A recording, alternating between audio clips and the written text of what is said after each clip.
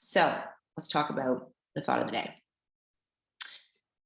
Be grateful in the gap. Be grateful in the gap. Be grateful in the gap. So what does this mean? I was out on a walk yesterday in the woods and with the squirrels. It was really great. And me and the squirrels were friends. And I was having a very profound experience. It was really hard to, I want to kind of explain my experience to you because I think when you, so let me kind of back up for a sec. So I've talked a lot about calibration. We talk about this idea of calibration. Calibration is like tuning an instrument. The keys come into harmony. So it's like an actual scientific fact that you calibrate to people around you, and you can calibrate both in a negative or positive direction, right? He's always moving, and you're either calibrating down or calibrating up. However, the thing about calibration that I've talked about is that you're going to calibrate more if you connect to the person that you're learning from.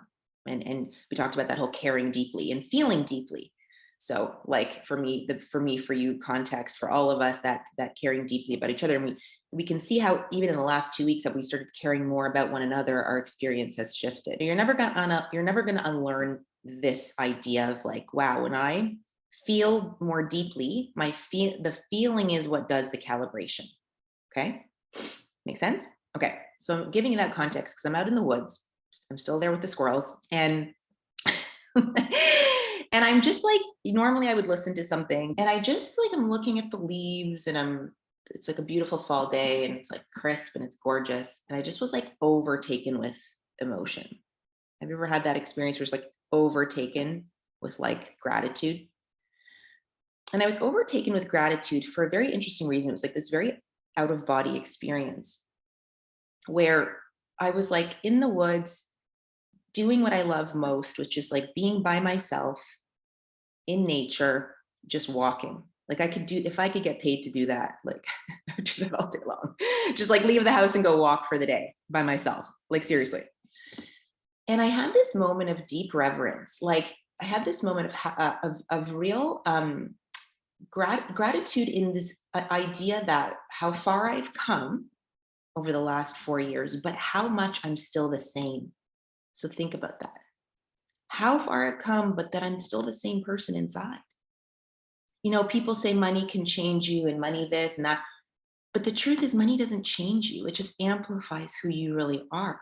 Like at the core, I'm still the same person who likes the same things, who gets the greatest high in my life is doing those simple pleasures, my morning coffee. Like when we do our prosperity list, like the first thing that I do in the morning and I drink my sip of coffee, that to me is like, oh, like I look forward to that every morning. You know, going out in nature, like hanging out with the boys, like my son and Dave, and just doing us like no care in the world. No amount of money is going to buy that feeling. And people think that they'll feel something when they get somewhere. And what I got really present to on that walk is that how I've grown so much, but at the core, I'm still the same person who likes those same things. Does this make sense?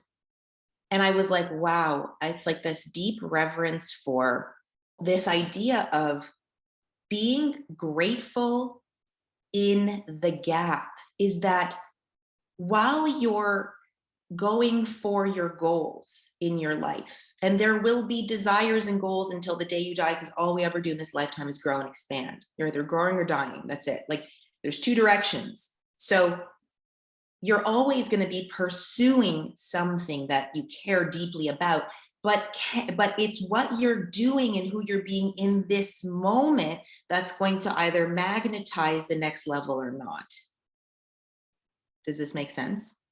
So the gap is where you're like, I'm not where I want to be yet. I'm still where I am now.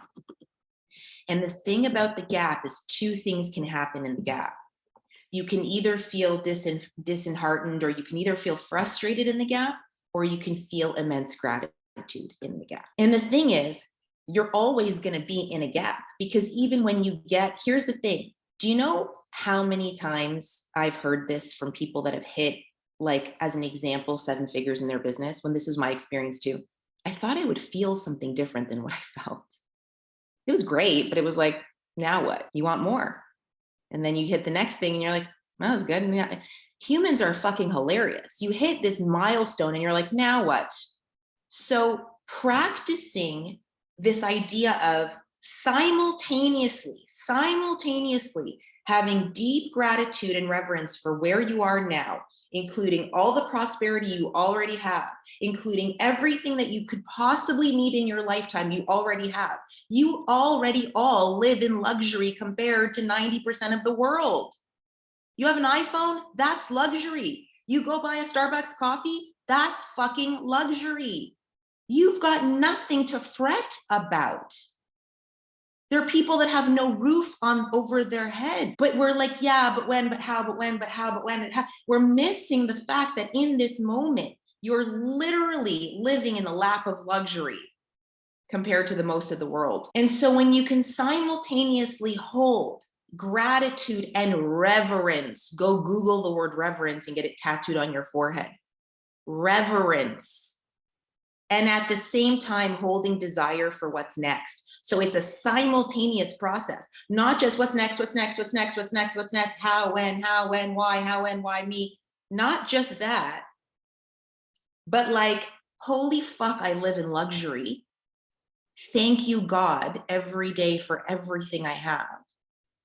And I'm also always wanting more because that is what it is to be human. If I'm not desiring something, I'm dying.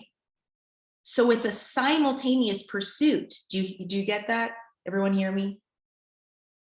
That profound experience yesterday. I'm like on this walk and it was just like overcame me. Like I've grown so much, and yet at the core, I'm still the same person. And the reason why I've had such quantum leaps, my friends, is because every step of the way I have felt so deeply grateful. Every sale that comes in, I'm so grateful, even if it's whether it's $300 or $3,000 or $100,000, every piece of financial abundance that comes into my life, I'm like, arigato, arigato, arigato. I'm so grateful.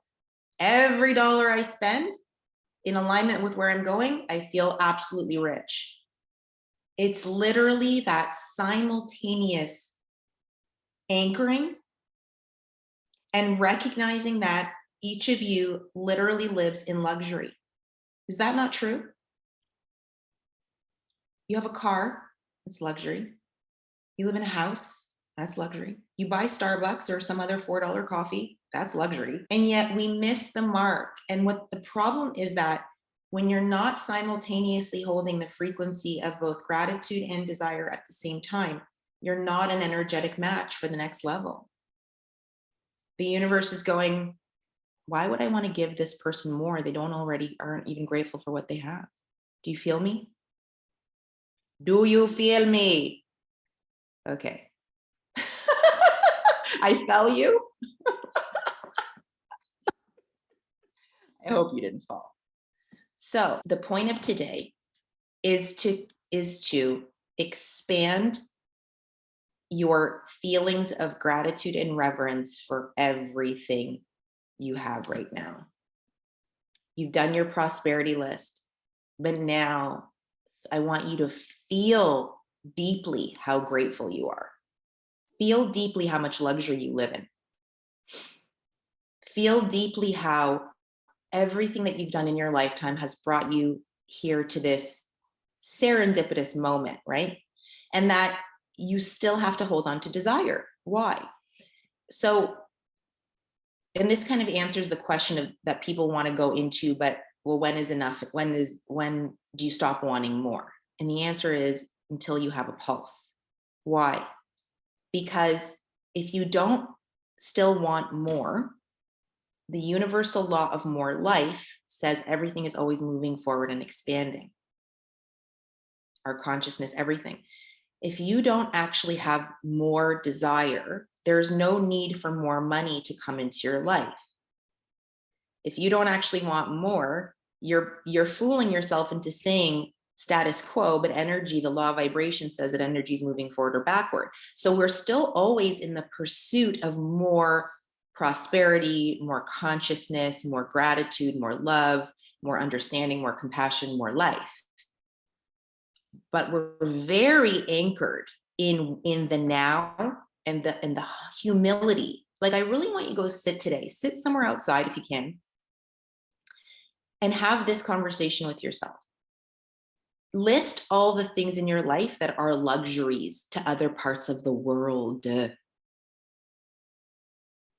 and where we can go a little astray is we start to accumulate a lot of wealth, riches, and prosperity, and we lose our humility. We lose our anchor. Does that make sense? This is where that whole money changed you. Well, no, it's just that that person that had that wealth wasn't also anchored in the gratitude. This is why I'm never going to teach you make money and then be an asshole. I'm teaching you expand your already existing consciousness to hold more, but that also means be really anchored in the luxuries that you live in. And where I find with some of you is that you're missing the mark on the fact that you already live in a lap of luxury. That's just the truth. And while you want more, which is fantastic, you're not going to magnetize more when you're in resentment to what you currently have. Money goes where it's adored. Money goes where it's valued and respected. Money goes where it is really like a woman. Not where like, ugh, only $300. Ugh. The universe is like, fuck you, $300. I'll go give it to someone else. You know what I'm saying? So today I want you to make a list of all the ways you already live in the lap of luxury. And I'm talking about, yeah, if you own a designer bag, that's great. But I'm talking about you go and buy a $3 coffee rather than make one at home that would cost you 10 cents. That's luxury. You have a roof over your head and a mortgage. That's luxury. You drive an automobile and don't take public transit. That's luxury. You have tampons to use. That's luxury. I'm not being facetious. There are women in the world who don't have feminine products. To you, you take it for granted because we live in a society that takes everything for granted. That's our problem. And so my wealth came because at every step of the way, I felt a deep sense of reverence because I had been in bankruptcy before. In some ways, it was the best thing that ever happened to me because I will never treat money the way that I did before. Make sense?